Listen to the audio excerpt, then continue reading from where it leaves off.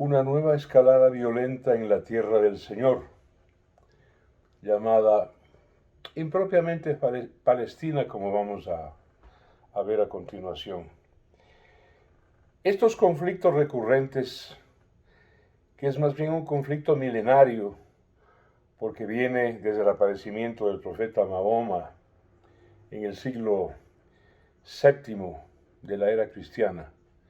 Recién aparecen los islámicos en el siglo VII de nuestra era, luego de más de 5.000 años en la historia de Israel y de Canaán.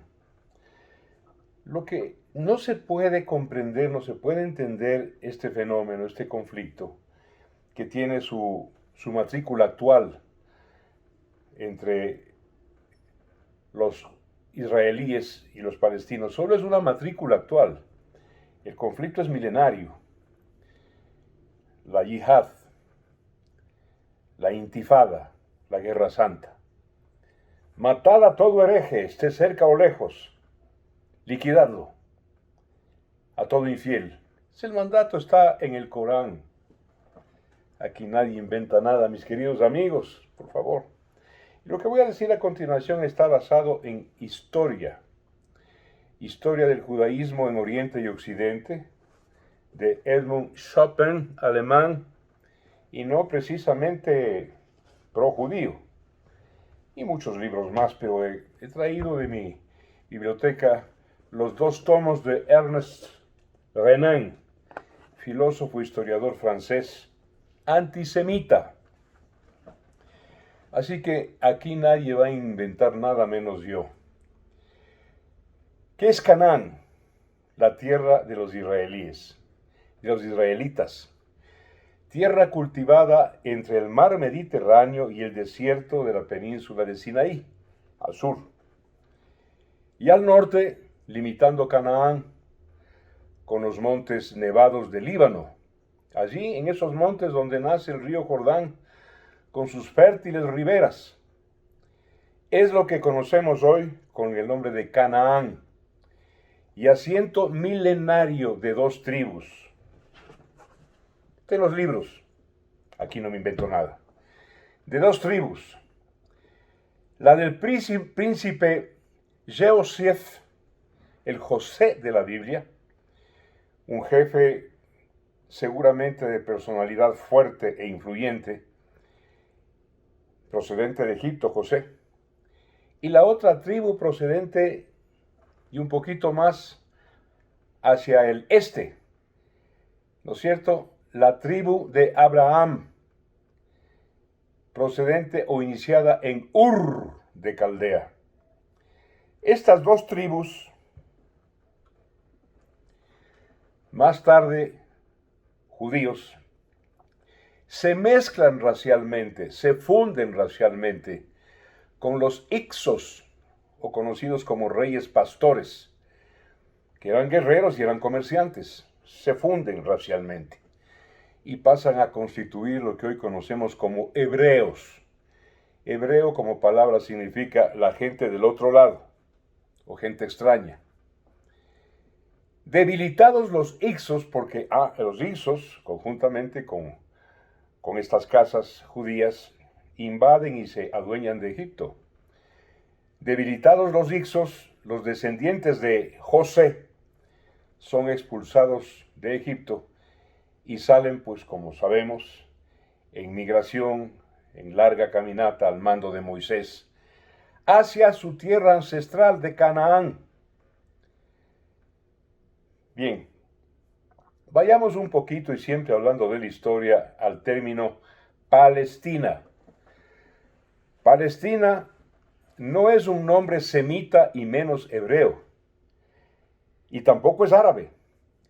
Viene de un pueblo mediterráneo, probablemente cretense, eteo-cretense, del este de Creta, los filisteos, de ahí Palestina o Filistina, el pueblo de Goliat, el Goliat de la Biblia vencido por el pequeño David. ¿Quiénes son los actuales palestinos?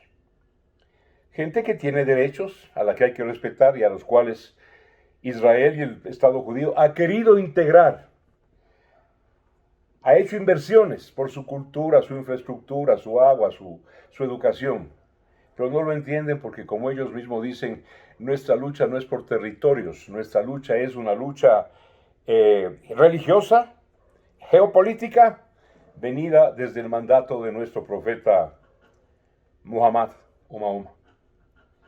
¿Quiénes son los palestinos?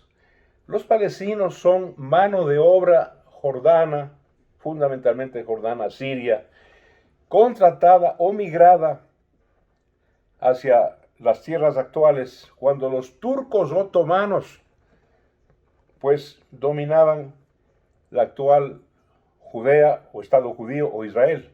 Eran los turcos otomanos y contrataron esta mano de obra procedente de Jordania, de los países de alrededor de la Transjordania fundamentalmente, como obreros de la construcción, albañiles, carpinteros, plomeros, fontaneros, gasfiteros, que vinieron en oleadas por grandes cantidades a trabajar a órdenes de los turcos.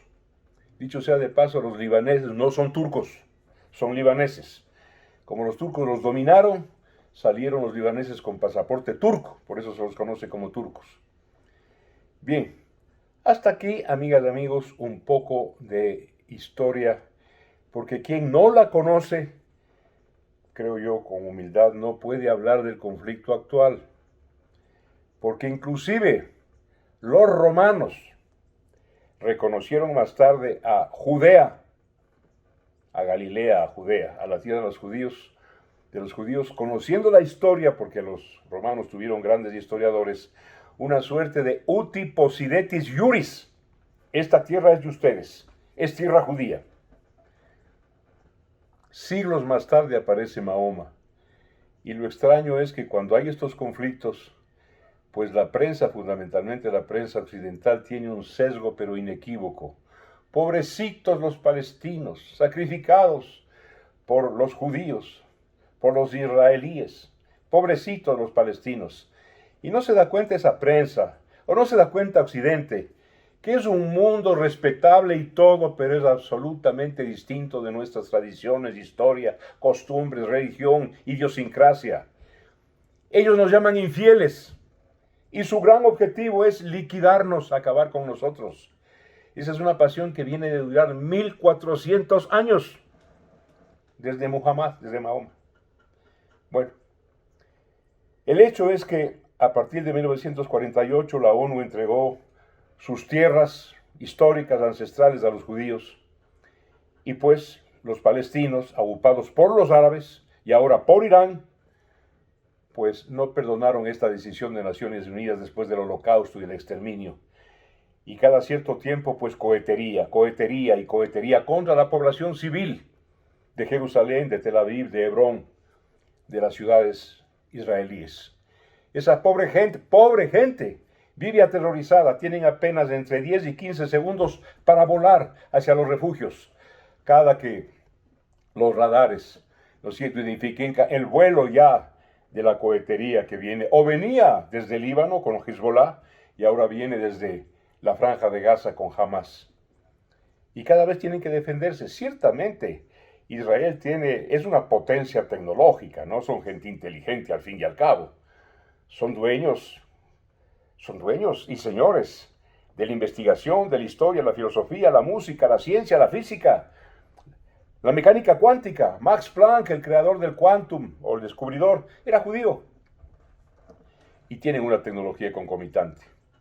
Entonces, claro, por ejemplo, han respondido a casi 4.000 misiles, cohetes, que están cayendo sobre la población civil de las ciudades judías. Han respondido con su tecnología. 1.600 aviones militares al mismo tiempo desde varias direcciones, bombardeando con bombas de precisión, con bombas que van directamente a blancos militares, no a blancos civiles, en la Franja de Gaza. 1.600, ¡qué tecnología, Dios mío! ¿Se imaginan lo que es? En una extensión de más o menos 35 kilómetros por 10 o 12 como Quito. Eso es la Franja de Gaza. 1.600 naves militares lanzando en forma selectiva contra blancos militares un bombardeo, y no se chocan, no se entrecruzan. Ese es un diseño ejemplar que ya las fuerzas militares de Occidente, Estados Unidos, Alemania, Reino Unido, Francia, están tratando de copiar. Una tecnología y un diseño militar realmente alucinante.